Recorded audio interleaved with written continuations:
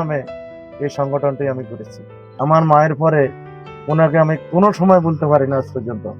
কথা মনে পড়ে আমার চোখের পানি চলে আসে।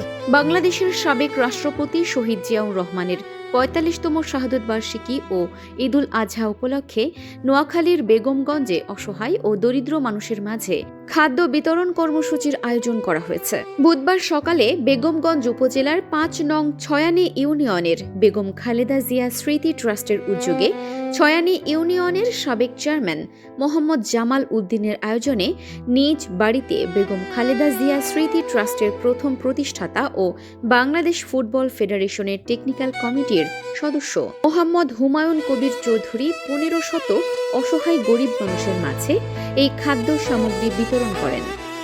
নিজের উদ্যোগে নিজ তহবিল থেকে আমরা এই খাদ্য সামগ্রী অথবা সনি ইউনিয়নে বর্তমানে অসহায় মানুষদের মধ্যে আমরা বিতরণ করতেছি। আমার মায়ের পরে ওনাকে আমি কোনো সময় বলতে পারি না আজ পর্যন্ত। আমি যখন ওনার কথা মনে পড়ে আমার চোখের পানি চলে আসে, যার কারণে আমি আজকে আমার পরিবার থেকে আমার বাবা আক্তার মিয়া চেয়ারম্যান, আমার ভাই জামাল উদ্দিন চেয়ারম্যান সহ আমাদের পরিবার, এই এলাকার মানুষ আমরা মিলে আজকে একটা উদ্যোগ গ্রহণ করেছি। আমি প্রথম বাংলাদেশে বেগম খালেদা জিয়ার মৃত্যুর পরে বেগম খালেদা জিয়া স্মৃতি ট্রাস্ট নামে এই সংগঠনটি আমি করেছি। এ সময় আরও উপস্থিত ছিলেন ইউনিয়ন বিএনপির সাবেক সভাপতি মোহাম্মদ কামাল উদ্দিন সহ বিএনপির বিভিন্ন অঙ্গ সংগঠনের নেতৃবৃন্দরা উপস্থিত ছিলেন।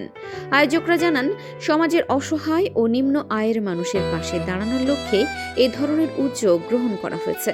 তিনি আরও বলেন, শহীদ প্রেসিডেন্ট জিয়াউর রহমান ও বেগম খালেদা জিয়ার দলের জন্য নিবেদিত হয়ে থাকবেন বলে জানান। Arefin Farha, desk report, DSK TV।